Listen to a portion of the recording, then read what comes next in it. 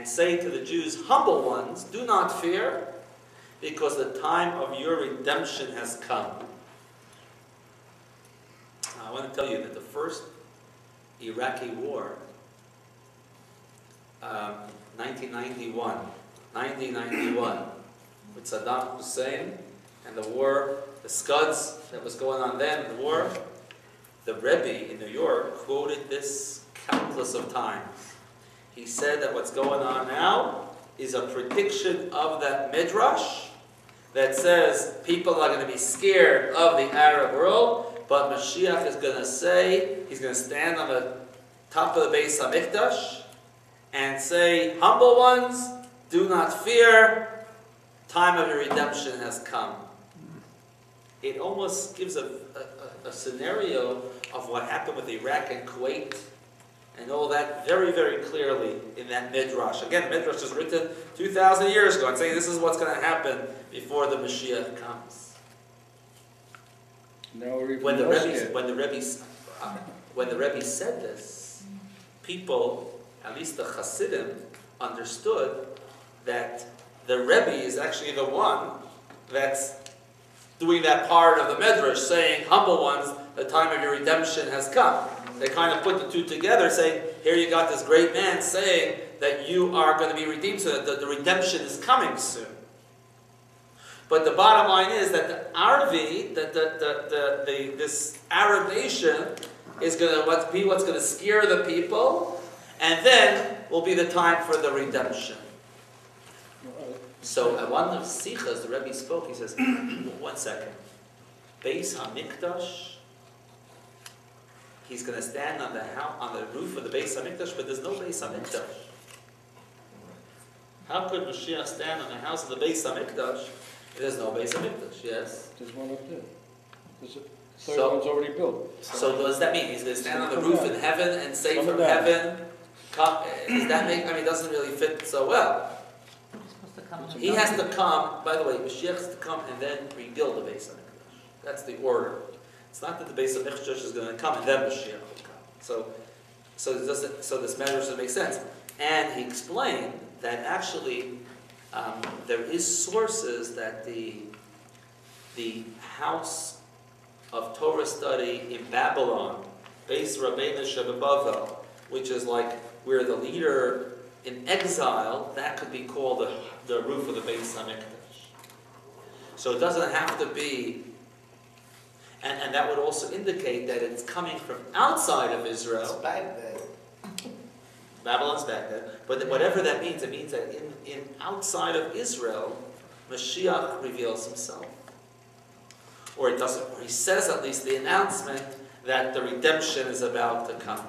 So here you got another source that Mashiach is hanging out somewhere in Rome or in Las Vegas or in Brooklyn, Baghdad, and then he takes the Jewish people there. And one of the reasons for this is because where is most of the Jewish body today? Most of the Jewish body is outside of Israel. Let's say Israel has 5 million Jews, if that, I don't know, 6 million Jews, or 6 million people. Whatever, 6 million Jews, let's say even. There's clearly 14, more than double that in the rest of the world. Most of the Jewish population, before Mashiach comes, is outside of Israel. Mashiach as a leader,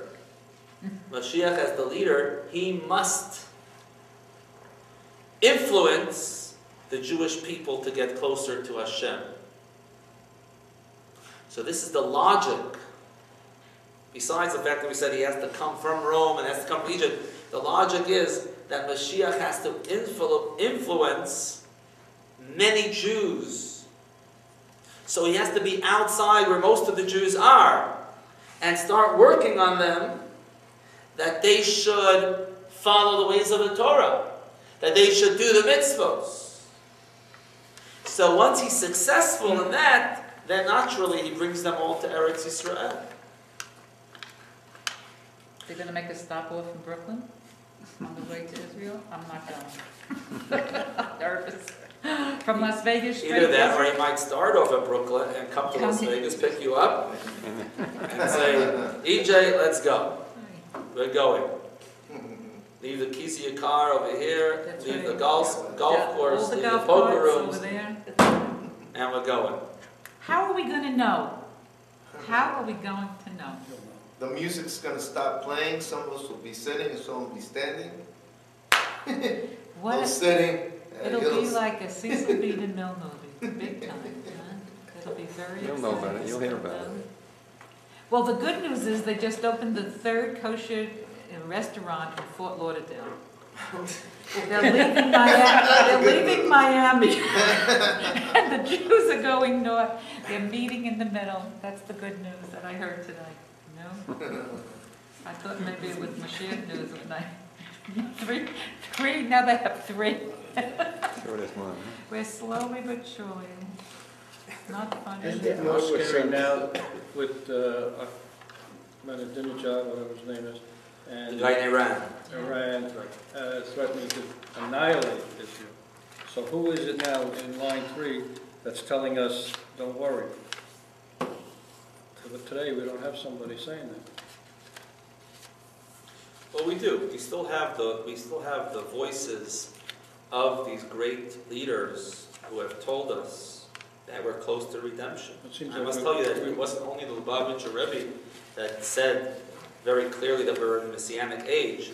Basically, all the great tzaddikim in the last few generations, during the Holocaust era, they said these are the birth pains of Moshiach, what's going on, and there's going to be a big redemption. So this is a voice that's still heard today. It sounds like we're It's close. it's not forgotten. You're right. You're right. I think the fact that what we're going through with Iran today, and with the whole threat of the Muslim world, of the Arabs that want to destroy, the whole West and whatever whatever doesn't believe them, that's a threat. That's a scare that is a apparently set stage for the Mashiach to come and say, "Do not worry." Do you feel that personally? Do you really believe that? That we're close to the redemption. No, that we do not to worry. That we not to worry. Can you tell your children everything is okay? I'll tell you this. How do we do that? I got courage during the year 1991. It was a fascinating time in the Jewish world because everyone was getting very scared of those scuds in Israel. Fortunately, the Rebbe was the only one. I mean, I was a student. I was there. I was actually in Australia in 1990, and we were corresponding with all the.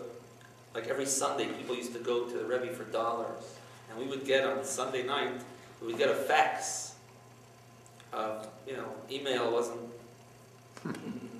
But we used to have faxes. Faxes was popular of what went on during those dollars, interesting things.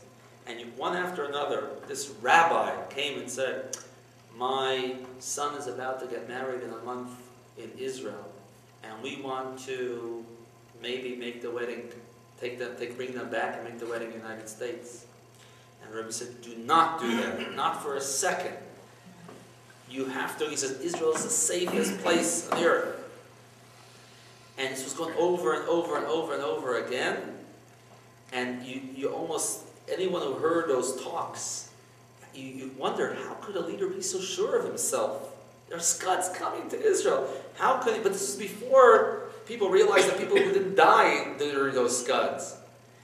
It was almost like an open prophecy.